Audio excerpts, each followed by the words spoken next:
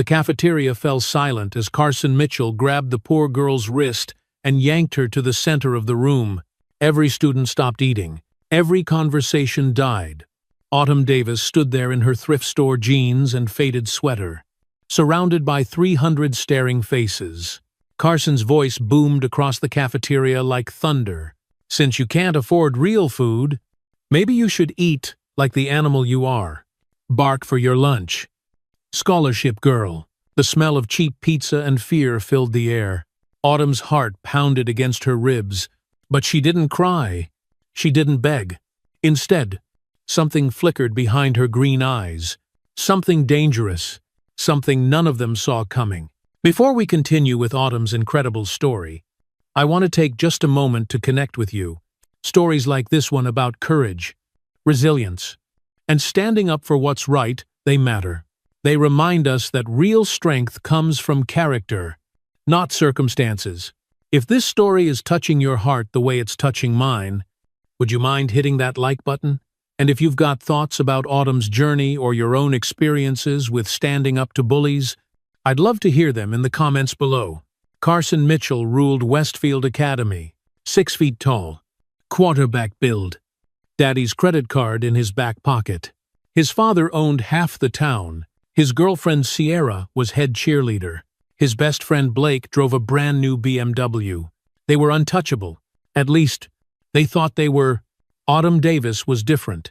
She lived in the trailer park on Maple Street. Her mom worked double shifts at the diner. Her clothes came from Goodwill. Her lunch was a peanut butter sandwich wrapped in a brown paper bag. She sat alone at table 12, the one by the garbage cans, the one nobody wanted. But today was different. Today, Carson decided she needed to be taught a lesson. I said, "Bark," Carson repeated, tightening his grip on her wrist. His voice carried across the cafeteria like a whip crack. "You want that free lunch? You want to keep taking our tax dollars? Then bark like the dog you are."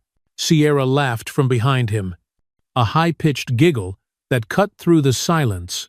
"Oh my God, Carson, you're so bad." Her pink lip gloss caught the fluorescent lights. Her designer bag cost more than Autumn's mom made in a month. Blake pulled out his phone. "This is going straight to social media. Everyone's gonna see this." His thumb hovered over the record button like a weapon. Miss Harrison, the lunch monitor, stood 20 feet away. She saw everything. She heard everything. But she didn't move. Couldn't move. Carson's father donated $50,000 to the school every year. Some battles weren't worth fighting. Autumn looked around the cafeteria. 300 faces stared back at her. Some looked excited. Some looked scared. Most looked away. This was entertainment. This was power. This was how the world worked at Westfield Academy. "Come on," Carson said, his voice dripping with fake sweetness. "Just a little bark. Woof woof. Then you can have your poverty sandwich." The fluorescent lights hummed overhead. The smell of bleach mixed with cafeteria. Food hung in the air like a fog. Autumn's worn sneakers squeaked against the linoleum floor. Her free hand clenched into a fist. "I'm waiting," Carson said. His grip tightened. "We're all waiting." Autumn took a deep breath. When she spoke, her voice was calm, steady, like glass that hadn't broken yet. "Let go of my wrist." Carson laughed. "Excuse me?" I said, "Let go of my wrist." Each word was precise, measured, like she was weighing them before she spoke. "Or what?" Carson's eyes narrowed. "You'll call your mommy?" "Oh, wait. She's too busy serving coffee to losers to care about her loser daughter." The cafeteria erupted in gasps. Someone whispered, "He did not just go there." Another voice said, "This is getting intense." Sierra clapped her hands together. "Ooh, burn. Carson, you're on fire today." Blake held his phone higher. "This is gold. Pure gold." But Autumn didn't flinch, didn't cry, didn't even blink. Instead, she did something that made Carson's confident smile falter just a little. She smiled back. "You know what, Carson?" she said. "You're absolutely right." The cafeteria went dead silent. Not the kind of silence where people whisper, the kind where everyone stops breathing. "I am poor," Autumn continued. "My mom does work 2 jobs. I do get free lunch. And yes, my clothes come from the thrift store on 5th Street. She paused, looking around the room. But here's what's interesting about your argument. Carson's eyes flickered with confusion. My what? Your argument? See? You're operating under several false premises. Would you like me to explain them to you? Blake lowered his phone slightly. What is she doing? Sierra's perfectly glossed lips formed a small O of confusion. Is she? Debating him? Carson tightened his grip again. But something had changed. The power dynamic had shifted, and he could feel it slipping away like sand through his fingers. Shut up. I don't want to hear your pathetic excuses. Oh, but this isn't an excuse. Autumn said. Her voice grew stronger, more confident, like she was stepping into a role she'd been born to play. This is a logical deconstruction of your position. You see, you've made 3 critical errors in your reasoning. The cafeteria leaned forward. Every student, every teacher, every staff member was hanging on her words now. The girl they'd ignored for 3 years was suddenly the most interesting person in the room. Error number 1. Autumn continued. Is your assumption that economic status determines human worth? This is what philosophers call the fallacy of false correlation.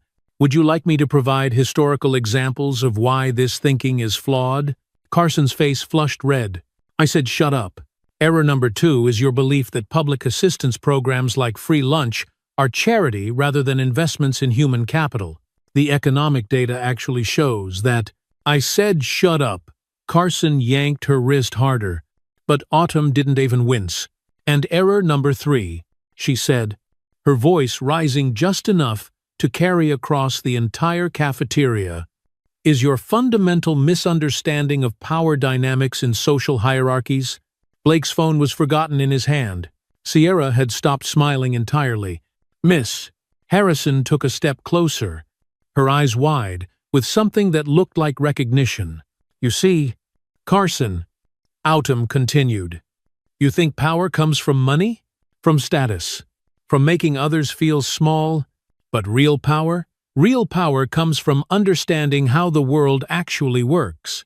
And right now, in front of 300 witnesses, you're about to learn exactly how much you don't understand. Carson's hand began to shake, just slightly, but enough for Autumn to notice. You think you're so smart? You think your fancy words scare me? I don't think anything, Autumn replied. I know. For instance, I know that Westfield Academy's Code of Conduct specifically prohibits physical intimidation of students. Section 4. Subsection B. I know that your father's business, Mitchell Construction, is currently under federal investigation for tax evasion. I know that Sierra's been cheating on you with Blake for the past 2 months, and I know something else. The cafeteria was so quiet you could hear hearts beating. What? Carson whispered. Autumn leaned closer, her voice dropping to just above a whisper. But somehow everyone could still hear her. I know that you're not nearly as untouchable as you think you are. Sierra gasped. How did she? Blake. She knows about us. How does she know? Blake's face went white. I don't know. I don't know how she knows anything. Carson's grip loosened for just a moment. In that moment, Autumn pulled her wrist free and took a step back. She straightened her thrift store sweater and looked around the cafeteria with the confidence of someone who had just reminded herself exactly who she was. You want to know something funny? She said. For 3 years, you've all looked at me and seen exactly what you expected to see. Poor girl, quiet girl, invisible girl. And I let you. Do you know why? Nobody answered. Nobody even breathed. Because sometimes the best strategy is to let your opponents underestimate you. Sometimes the smartest thing you can do is observe, listen, learn, study your environment, and wait for the perfect moment to reveal your true position. Miss Harrison's eyes widened. She took another step forward. And for the first time, she really looked at Autumn Davis, really saw her. And what position is that? Carson's voice cracked slightly on the last word. Autumn smiled, not the scared smile of a cornered animal, not the desperate smile of someone trying to please. The confident smile of someone who had been playing a game nobody else even knew existed. "Well," she said, "I suppose you'll find out soon enough. But let me ask you something first. Carson, have you ever heard of the National High School Debate Championship?" The cafeteria erupted. Students started talking all at once. Phones appeared from pockets and purses. Someone shouted, "Oh snap, she's about to end him." Carson's face went pale. "What about it?" "Just curious if you followed the results from last year's competition. It was quite interesting. A sophomore from a small town in the Midwest took first place, beat students from the most expensive prep schools in the country, made national news." Sierra grabbed Carson's arm. "Carson, what is she talking about?" "The funny thing is," Autumn continued, "nobody expected her to win. She was just some poor girl from nowhere. Wore thrift store clothes to the competition. Carried her research in a beaten-up backpack. But she had something those other kids didn't have." Blake finally found his voice. "What?" "She was hungry." Autumn's eyes swept across the cafeteria, meeting every gaze that dared to look at her. "Really? Truly hungry. Not for food. For justice. For truth. For the chance to prove that intelligence doesn't come with a price tag." Carson took a step backward. For the first time in his life, he looked small. "You're lying." "Am I?" Autumn reached into her backpack and pulled out something that made the entire cafeteria gasp. A small golden trophy. Engraved on the side were the words, "National High School Debate Champion." The silence that followed was deafening. "Miss..." Harrison stepped forward, her voice barely above a whisper. "Autumn Davis. Oh my God. You're Autumn Davis. The Autumn Davis." "Wait," Sierra said, her voice high and panicked. "You mean she's famous?" "Not famous." "Miss," Harrison said, staring at Autumn with something like awe. "Legendary. She's been featured in Education Weekly, the New York Times. She's the youngest student ever to win the national championship." Blake's phone clattered to the floor. "But she's just poor," Autumn finished. "Yes, I am. And that's exactly why I won." Carson's face cycled through confusion, anger, and something that looked dangerously close to fear. "This doesn't change anything. You're still nothing. Your mom still serves coffee. You still live in a trailer." "You're absolutely right," Autumn said. "None of that has changed. But here's what has changed." She looked directly into Carson's eyes. 300 people just watched you try to humiliate someone who's achieved more in 17 years than you'll achieve in your entire life. The cafeteria erupted again. This time, the voices weren't whispers. Students were cheering. Someone started a slow clap that built into thunderous applause. "This is impossible," Carson said. "You're nobody. You're nothing." "And yet," Autumn said, her voice cutting through the noise like a blade, "I'm the one with the trophy." Carson lunged forward, his face twisted with rage. "I don't care about your stupid trophy. I don't care what anyone thinks. You're still going to bark like a dog." But before he could reach her, something happened that nobody expected. "Miss," Harrison stepped between them, her hand raised. "That's enough." "Mr. Mitchell." Carson stopped short. "Miss Harrison. She's Autumn Davis." "Miss," Harrison said firmly, "and you just tried to physically intimidate a national champion in front of 300 witnesses?" "So what?" Carson snarled. "My dad owns this school." "Actually," came a new voice from the cafeteria entrance. "He doesn't?" Everyone turned. Principal Edwards stood in the doorway. And he wasn't alone.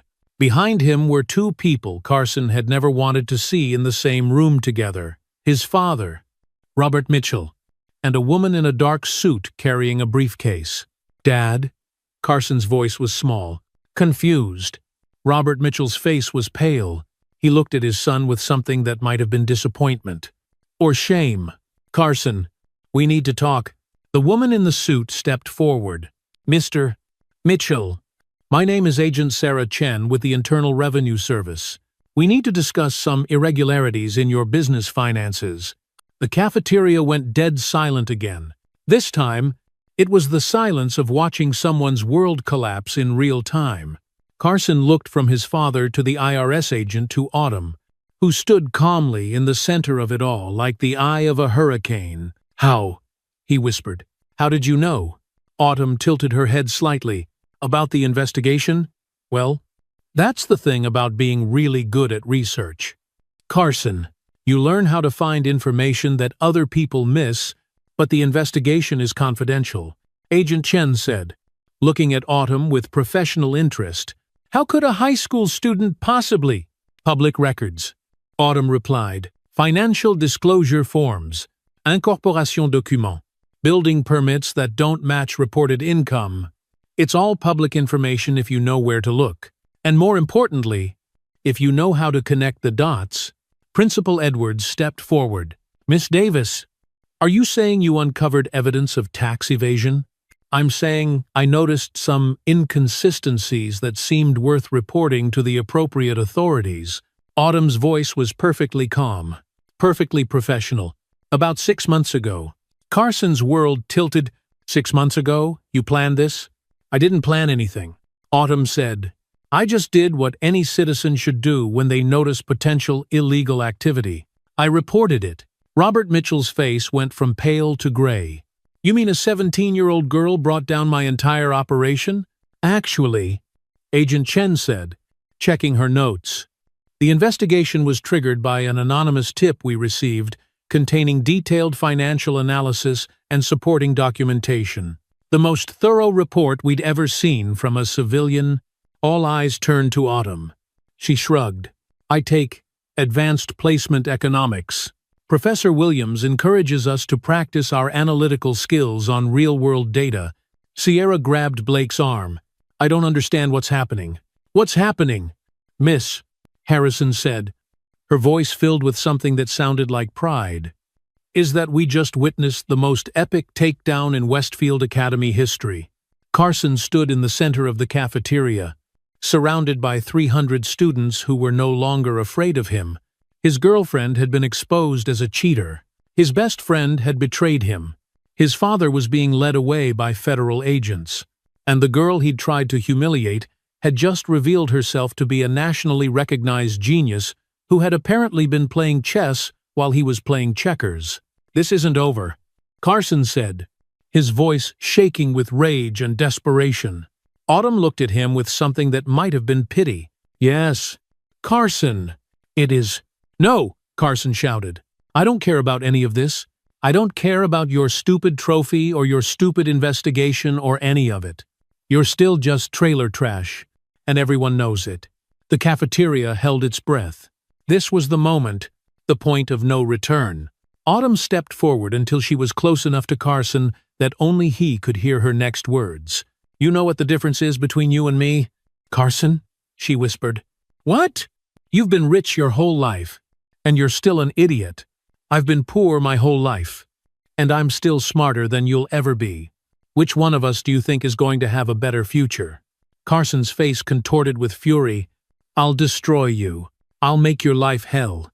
You'll what?" Autumn's voice was still calm, still controlled. "Sue me? With what lawyer?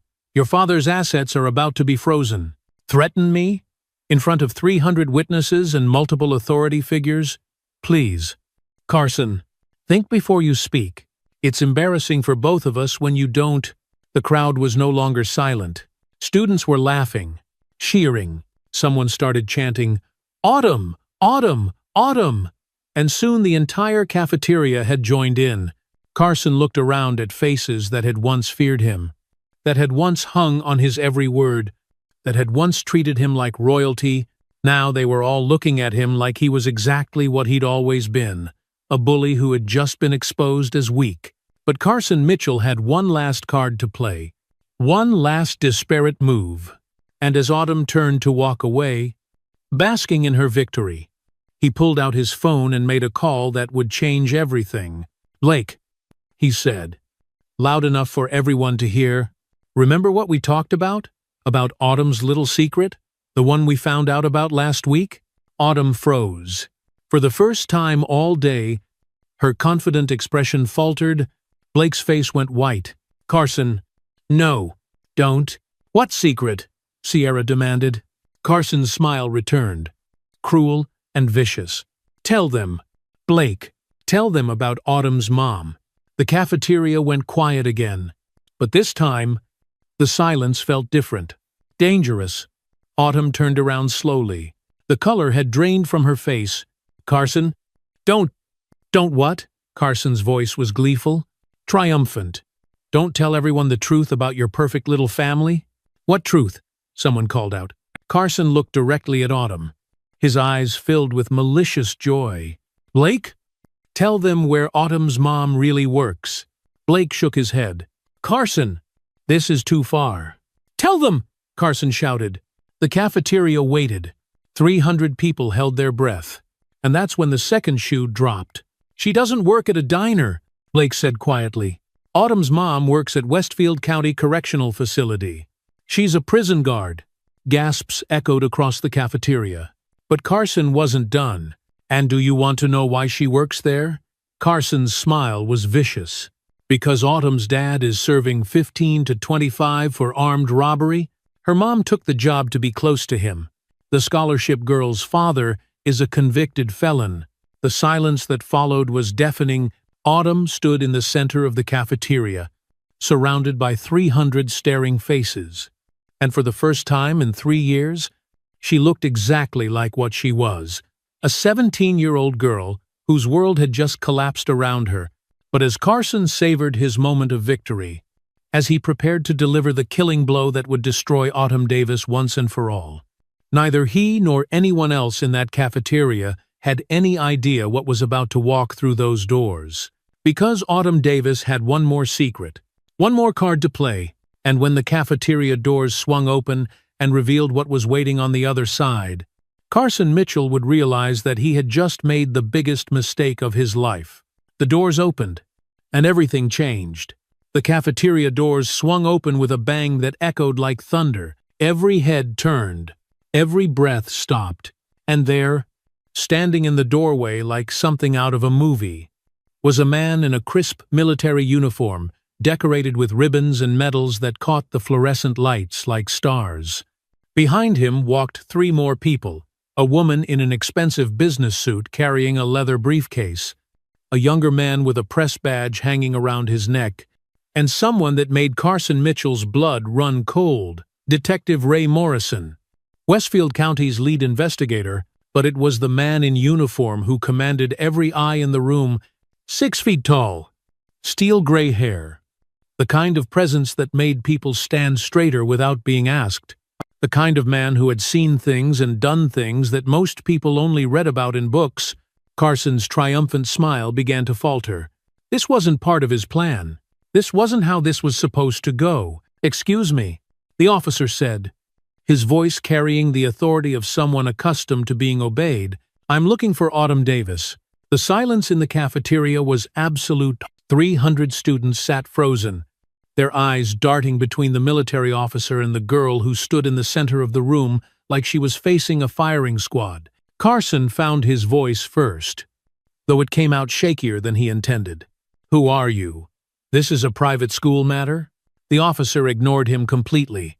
His eyes found Autumn, and when they did, something extraordinary happened. His stern expression softened into something that looked like fierce pride, mixed with barely contained fury. There's my girl, he said, his voice carrying across the silent cafeteria like a warm embrace. Autumn's face went white, then red. Then something between confusion, hope, and terror flickered in her green eyes. Colonel Martinez. Hello. Kiddo. Colonel Martinez stepped into the cafeteria, his boots clicking against the linoleum with military precision. Each step seemed to echo with 20 years of service, and a lifetime of protecting what mattered. Sorry I'm late. Traffic was murder getting here from the Pentagon. The word Pentagon hit the cafeteria like a bomb. Students started whispering frantically. Someone said, "Did he just say Pentagon?" Another voice whispered, "What is happening right now?" A third student pulled out their phone and started recording. Carson looked from Autumn to the colonel and back again, his confidence cracking like ice in spring. "I don't understand. Who is this guy?" The woman in the business suit stepped forward, her heels clicking with authority. My name is Rebecca Chen, and I'm a senior producer with CNN Education. We're here to interview Autumn about her upcoming appearance on Young Minds That Matter, our flagship program about exceptional young Americans. The young man with the press badge raised his hand. Danny Rodriguez, Education Weekly. Miss Davis, we've been trying to reach you for weeks about the cover story we're running in our national issue, From Poverty to Pentagon, the Autumn Davis story. Detective Morrison remained by the door, his eyes scanning the room with professional interest. When his gaze landed on Carson, the boy felt like a bug under a microscope. And I'm here, Morrison said slowly, to investigate some very serious allegations about harassment and cyberbullying involving a military family. Miss Harrison stepped forward, her voice barely above a whisper. Autumn, what's going on? How do all these people know you? Autumn looked around the cafeteria at 300 faces staring at her, with expressions ranging from shock to awe to complete bewilderment. Carson's cruel revelation about her father hung in the air like smoke from a fire. For the first time in 3 years, she was the center of attention, but not in any way she'd ever imagined. She started, then stopped, took a breath, straightened her shoulders in a way that suddenly reminded everyone in the room that she was a national debate champion. I guess my secret's out. Colonel Martinez chuckled, a warm sound that somehow made the whole cafeteria feel safer. Which secret would that be? Kiddo, you've got quite a few these days. Carson felt control slipping away from him like sand through his fingers. His moment of triumph was turning into something else entirely. What secrets? She just told us her dad's in prison for armed robbery. Her whole family are criminals. The silence that followed was so complete, you could hear dust settling on tables. Colonel Martinez turned to look at Carson for the first time, and when he did, the temperature in the room seemed to drop 10 degrees. His eyes, which had been warm when looking at Autumn, went cold as Arctic steel. Son, I think there's been some serious confusion here. No confusion, Carson said, his voice rising with desperation. We know all about her criminal father. Blake found out the truth. Tell them, Blake. Blake stepped forward reluctantly, sweat beading on his forehead. We know he's serving 15 to 25 for armed robbery. We know her mom works at the prison to be close to him. That's why they live in that trailer park. Detective Morrison laughed. Actually laughed out loud. The sound bitter and sharp. Oh, this is rich. Martinez. You've got to hear this kid's version of events. Colonel Martinez nodded slowly, his jaw tightening with each word. I'm listening. Please, continue with your theory. Carson sensed an opportunity to regain control of the narrative. The adults seemed confused, which meant he still had a chance to expose Autumn for what she really was. So you see, she might be some big-shot debate champion, but her family's still a bunch of criminals. That's who she really is underneath all the fancy words. Trailer trash, with a convicted felon for a father, Sierra, who had been silent through most of the confrontation, suddenly spoke up. Wait, Carson, how did you even find this out? You never told me you were investigating her family. Blake's face went even paler. Yeah, dude, you never said where you got that information. It doesn't matter where I got it. Carson snapped. What matters is that it's true, right? He looked around desperately for support, right? Interesting theory, Colonel Martinez said, his voice carrying the kind of dangerous calm that comes before a storm. There's just one small problem with it. What's that? Carson's voice cracked slightly. Colonel Martinez reached into his uniform pocket and pulled out a small leather folder. He flipped it open and held it up for the entire cafeteria to see. Inside was a photograph of a man in military fatigues standing next to an American flag, and beneath it, an identification card with official seals and stamps. Autumn's father is Staff Sergeant David Davis, United States Army Special Forces. He's not serving 15 to 25 for armed robbery. The cafeteria erupted like a volcano. Students jumped out of their seats. Phones appeared from everywhere. Someone screamed. "What is happening right now?" another student shouted. "Special forces? Like, actual special forces? He's serving his country." Colonel Martinez continued, his voice cutting through the chaos like a blade. "On a classified mission in Eastern Europe that I can't discuss in detail. But what I can tell you is that Staff Sergeant Davis is one of the finest soldiers I've ever had the privilege to command. He's saved more lives than you'll probably meet in your entire lifetime." Carson's mouth opened and closed, like a fish drowning in air. But Blake said, "Someone told me." "Someone told you what?" "Exactly?" Detective Morrison stepped forward, his notebook appearing in his hand like magic, because making false statements about a military family, especially one involved in classified operations, is a federal offense. All eyes turned to Blake, whose face had gone pale as paper. Sweat was now visibly dripping down his forehead. Carson told me. He said he found out somehow. He had all these details." "What details?" Detective Morrison's voice carried the weight of 20 years in law enforcement. "Be specific." Blake looked around desperately, as if hoping someone would rescue him. He said Autumn's dad was arrested 3 years ago. Said he had court records. Said her mom took the prison job to stay close to him. "Court records?" Detective Morrison's eyebrows rose. "That's very specific. Carson, where exactly did you obtain court records about a military family?" Carson's confidence was now completely gone, replaced by something that looked suspiciously like panic. Someone told me." "Who?" "I don't remember." "You don't remember who gave you classified information about a military family?" Detective Morrison pulled out a small recording device.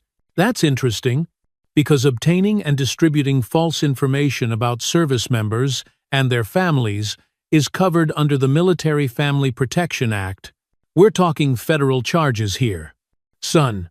The woman from CNN stepped forward, her eyes bright with journalistic interest. "Excuse me, detective, but are you saying this young man deliberately fabricated and spread false information about a soldier's family?" "That's exactly what I'm saying," Detective Morrison replied. "And depending on how this information was obtained and distributed, we might be looking at charges including harassment, defamation, cyberbullying, and potentially even violations of federal laws protecting military families." Principal Edwards, who had been standing in stunned silence, finally found his voice. "Detective Morrison, are you saying that Carson has been engaged in a systematic campaign against Miss Davis?" "That's what we're here to investigate." Morrison flipped to a new page in his notebook. "We've received multiple reports about fake social media posts, doctored videos, and coordinated harassment campaigns, all targeting the daughter of a deployed service member." Carson looked around the cafeteria desperately. The faces that had once feared him now looked at him with disgust and disbelief. Even Sierra had moved several steps away from him, shaking her head. "This is insane," Carson said, his voice climbing toward hysteria. "You're all acting like she's some kind of hero. She's still poor. She still lives in a trailer. She still doesn't belong here with the rest of us." "You're absolutely right," Otum said quietly. Everyone turned to look at her. She stood in the center of the chaos, calm as the eye of a hurricane. But there was something different about her now, something that hadn't been there before. A kind of quiet power that seemed to radiate from her like heat from a fire. "I am poor," she continued, her voice growing stronger with each word. "I do live in a trailer. My clothes do come from thrift stores. And you know what? I'm proud of every single one of those things." Colonel Martinez smiled, and it was the kind of smile that could have powered the entire school. "Tell them why." "Kiddo." Autumn looked around the cafeteria, meeting every eye that dared to look at her.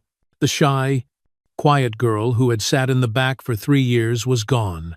In her place stood someone who looked like she could take on the world and win. "I'm poor because my father chose to serve his country instead of chasing money. Every dollar he could have earned in the private sector, he gave up to protect people like you." She looked directly at Carson, people who don't even know his name but sleep safely because of what he does. Her voice grew stronger, more confident, filling the cafeteria like music. I live in a trailer because every extra dollar my mom earns goes to supporting military families whose loved ones are deployed overseas. She runs a support network for wives and children of deployed soldiers. She feeds people. She counsels people. She holds families together when the world tries to tear them apart. Students were leaning forward now, hanging on every word. My clothes come from thrift stores because I'd rather spend my money on books and debate tournament entry fees than designer labels. Because I learned something growing up that apparently some people never figure out. Your worth isn't measured by your price tag. The reporter from Education Weekly was frantically scribbling notes, his pen moving so fast it was almost a blur. You want to know what I learned growing up in that trailer park? Autumn continued. I learned that real strength doesn't come from having money. It comes from having principles. Real courage doesn't come from bullying people weaker than you. It comes from standing up for what's right, even when it costs you everything. Real power doesn't come from your father's wallet. It comes from your own mind, your own work, your own determination to be better than the circumstances you were born into. The cafeteria was dead silent. 300 students hung on every word like their lives depended on it. For 3 years, Autumn continued, I sat in the back of this cafeteria and listened to you talk about who belongs and who doesn't, who matters and who doesn't, who's worthy of respect and who isn't, and I kept quiet because I was studying you, learning from you, watching how you treat people you think are beneath you. She looked directly at Carson, and her gaze was like a laser. And do you know what I learned? Carson couldn't speak, could barely breathe. The confident bully who had ruled the school was gone, replaced by a scared boy who was finally facing consequences for his actions. I learned that everything you think makes you powerful. Your money, your status, your ability to make others feel small is actually proof of how weak you really are. Really powerful people don't need to tear others down to feel strong. They lift others up. The producer from CNN was frantically taking notes, her eyes wide with excitement. This was exactly the kind of story that changed lives. You want to know why I'm really here? Autumn asked. Not just at this school, but standing here in front of all of you right now? She reached into her backpack and began pulling out items that made the entire cafeteria gasp. Not just one trophy, but 5. Not just certificates, but official government documents with golden seals. Not just awards, but medals on ribbons that caught the light like captured starlight. National High School Debate Champion, she said, holding up the first trophy. 2 years in a row, she held up the second trophy. National Youth Leadership Award from the Department of Education. The third trophy was larger than the others. Outstanding Young American Award from the Veterans of Foreign Wars. She held up a folder thick with papers. Academic scholarship to Harvard University. Full ride. With housing and meal plan included, the folder was followed by another. Congressional Medal of Merit for Community Service. A small medal on a ribbon gleamed like gold. Presidential Volunteer Service Award for organizing literacy programs in low-income communities. The cafeteria erupted again. But this time it wasn't whispers or gasps. It was cheering, thunderous, overwhelming applause that shook the windows and made the floor vibrate. But Autumn wasn't done. You want to know the real secret? She said, her voice somehow carrying over the noise. None of this was about beating you, Carson. None of this was about proving you wrong or making you look stupid. This was about proving something to myself. The applause died down as everyone leaned in to hear what she would say next. I wanted to prove that where you come from doesn't determine where you're going, that what your parents do for a living doesn't limit what you can do with your life, that being poor doesn't make you powerless, and being rich doesn't automatically make you important. She looked around the cafeteria one more time, her gaze taking in every face, every expression, every person who had ever made her feel invisible. And today, standing here in front of all of you, I think I finally proved it. Colonel Martinez stepped forward, his chest swelling with pride, so obvious, it was almost visible. Ladies and gentlemen, may I present Autumn Davis, who, in addition to everything she just mentioned, has also been selected as this year's recipient of the Presidential Scholarship for Academic Excellence.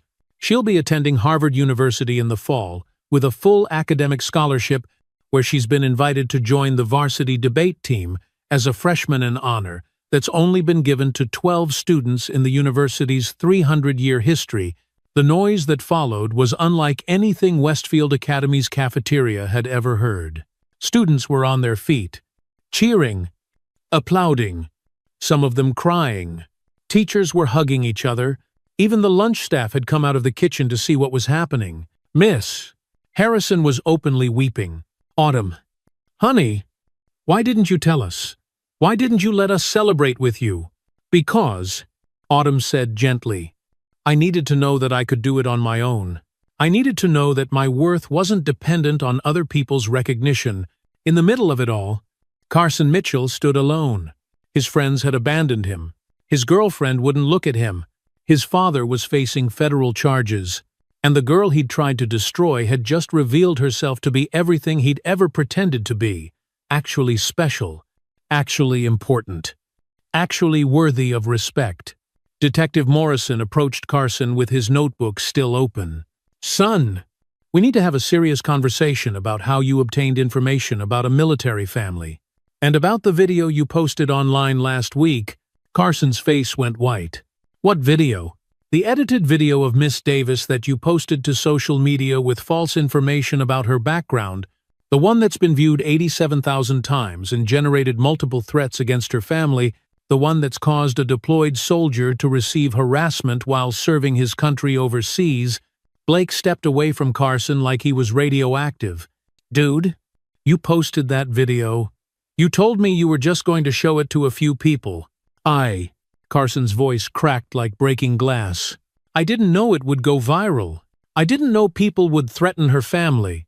But you knew it was fake, Detective Morrison said, his voice cold as winter. You knew the information you included was false? And you posted it anyway. With malicious intent to harm a minor and her family, the reporter from Education Weekly stepped forward. Excuse me, Detective, but are you saying there's been an organized cyberbullying campaign against Miss Davis? A coordinated effort to damage her reputation? I'm saying we're investigating several serious charges related to harassment, defamation, cyberbullying, and the deliberate spread of false information about a military family. We're also looking into potential violations of federal laws protecting service members and their families from retaliation and harassment. Sierra suddenly spoke up, her voice high and panicked. Carson, you never told me any of this. You said you just wanted to put her in her place. You never said anything about fake videos or military families or federal crimes. Blake nodded frantically. Yeah, dude. You made it sound like you just wanted to embarrass her a little. You never said her dad was actually a war hero. Carson looked around desperately. This isn't fair. She's not supposed to be important. She's supposed to be nobody. She sits alone at lunch. She never talks to anyone. She wears clothes from Goodwill.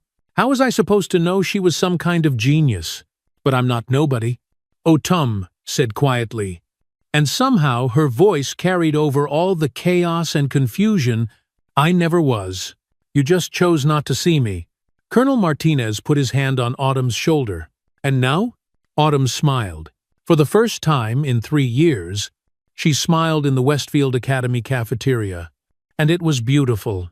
It was the kind of smile that could light up a room, or change a life, or make someone believe in possibilities they'd never considered before. Now they see me perfectly. The CNN producer stepped forward, her eyes bright with excitement. Miss Davis, we'd love to interview you about your journey. Your story is exactly the kind of inspiration young people across America need to hear. Would you be willing to appear on our show? And we'd like to feature you on the cover of our next issue, added the reporter from Education Weekly. Success stories like yours are exactly why we do what we do.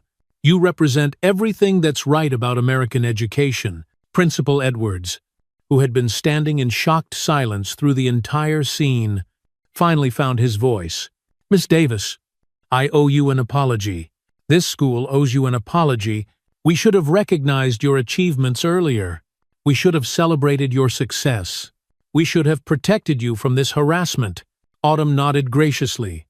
"Thank you, Principal Edwards. But honestly, I'm glad things happened the way they did." "Why?" He looked genuinely confused. "Because it taught me something important. It taught me that other people's opinion of you only matters if you let it. It taught me that real victory isn't about defeating your enemies. It's about becoming so successful that their attacks become irrelevant." She looked at Carson one last time. He stood there, small and defeated, facing criminal charges and social exile.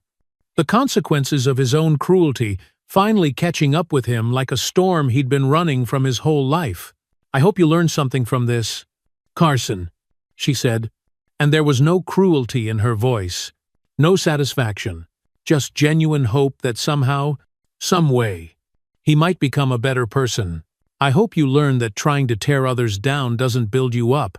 I hope you learn that real strength comes from lifting people up, not pushing them down.